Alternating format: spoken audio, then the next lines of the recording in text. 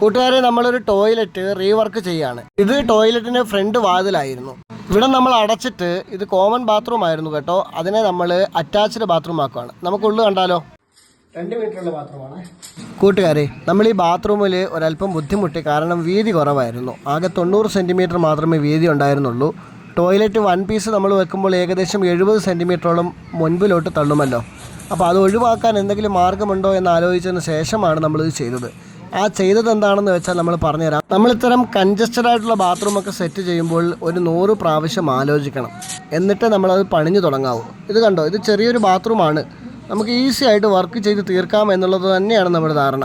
നമ്മളവിടെ മാർക്ക് ചെയ്യുന്നത് ഡോറ് വന്ന് തട്ടുവോ ഇല്ലയോ എന്ന് നോക്കാനാണ് കേട്ടോ. വലത് സൈഡിൽ ആദ്യത്തെ 50 സെൻറ്റിമീറ്റർ വാഷ് ബേസിനും 60 സെൻറ്റിമീറ്റർ ക്ലോസറ്റിനും 90 സെൻറ്റിമീറ്റർ ആണ് നമ്മൾ ഷവർ ഏരിയയ്ക്കും വേണ്ടി സെറ്റ് ചെയ്തേക്കുന്നത് കേട്ടോ. നമ്മുടെ മാർക്കിങ്ങിനകത്താണ് എല്ലാ കാര്യങ്ങളും ഒളിഞ്ഞിരിക്കുന്നത്. ഒരല്പം തെറ്റിക്കഴിഞ്ഞാൽ എല്ലാ കാര്യങ്ങളും അധോഗതിയാവും. കാരണം കൺജസ്റ്റഡായ ബാത്റൂമാണ്. ഒരു സൈഡിൽ 4 ഇഞ്ച് ഭിത്തിയാണ്, മറു സൈഡിൽ നമ്മൾ ഭിത്തി ഇടിച്ച് കളഞ്ഞിട്ട് പുതിയ ഭിത്തി കെട്ടിയതാണ്. പിന്നെ ഒരു ഭാഗത്തെ ഭിത്തി നമ്മൾ വീതി കൂട്ടാൻ വേണ്ടി ഒരു ചെറിയ പരിപാടി ചെയ്തിട്ടുണ്ടായിരുന്നു. അങ്ങനെ മൊത്തത്തിൽ ഈ ബാത്റൂം റീവർക്ക്, അതായത് മൊത്തത്തിൽ പുതുക്കി പണിഞ്ഞെടുത്തതാണ്. മാർക്കിങ്ങിനകത്ത് എന്തെങ്കിലും പാളിച്ച സംഭവിച്ചു കഴിഞ്ഞാൽ ഫിറ്റിങ്ങിനെ അത് ശരിക്കും ബാധിക്കും. അതുകൊണ്ട് നോക്കിയും കണ്ടുമൊക്കെ വേണം മാർക്കിങ് ചെയ്യാൻ.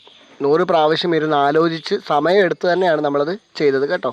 ആകെ 2 മീറ്റർ മാത്രമേ ഉള്ളൂ. മാത്രമല്ല ഇവിടെ ഡൈവേർട്ടർ ഇല്ല, ഹീറ്റർ ഇല്ല, അങ്ങനെ ഒരുപാട് കാര്യങ്ങളുണ്ട്. ഇലക്ട്രിക്കൽ അല്ലാത്ത ഒരു ലൈറ്റും ഒരു എക്സോസ്റ്റ് ഫാനും മാത്രമേ ഉള്ളൂ. അപ്പോൾ പെട്ടെന്ന് തന്നെ നമുക്ക് വർക്ക് തീർക്കാം എന്ന് തന്നെയാണ് നമ്മുടെ പ്രതീക്ഷ.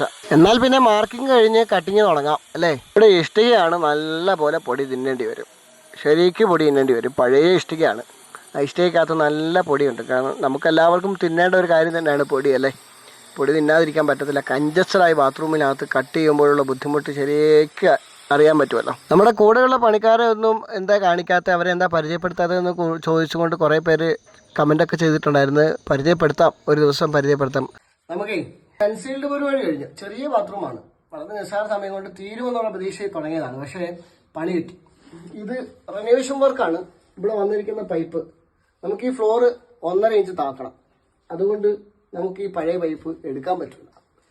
വിഷയം എന്താണെന്ന് വെച്ച് കഴിഞ്ഞാൽ ഇവിടെ മൊത്തം കരിങ്കല്ല, പണ്ടത്തെ കൊണ്ട് ഭീമല്ല. ഈ കരിങ്കല്ല് വിഷയമായതുകൊണ്ട് ഇവിടെ ഇളക്കിയ പുറമേത് കണ്ടോ, ഭിത്തി വീടാതിരുന്നാൽ മതി. ഏതായാലും സംഭവം കിടുവാക്കും. ചെറിയ ബാത്റൂം ആണെങ്കിലും സെറ്റാക്കി. ഇവിടെ ആൾതാമസം ഉള്ളതായതുകൊണ്ട് ലൈൻ ചാലുവാണ്, വെള്ളമുണ്ട് ടാങ്കിൽ. അപ്പം ആ പൈപ്പ് പിടിച്ച് കണക്ട് ചെയ്തിട്ടേക്കാം. പഴയ വർക്കാണ്, അധികം ചിലവില്ലാതെ കാര്യങ്ങളൊക്കെ ചെയ്യണമെന്ന് മുൻപേ തന്നെ പറഞ്ഞിട്ടുണ്ടായിരുന്നു കേട്ടോ. ഈ പെയിൻറ്റർമാരൊക്കെ കാണുന്ന പൈപ്പിനകത്തെല്ലാം പെയിൻ്റ് അടിച്ച് വയ്ക്കുന്നതുകൊണ്ടുള്ള ബുദ്ധിമുട്ട് ശരിക്കും ഉണ്ട് കേട്ടോ. ചിരണ്ടി ഉപ്പാട് വരും. കുറേ വർഷം പഴക്കമുള്ളത് കൊണ്ട് നല്ല പോലെ ബുദ്ധിമുട്ടി അത് ഉറച്ച് കളയാൻ വേണ്ടി. കൺസീൽഡ് വർക്ക് കഴിഞ്ഞു.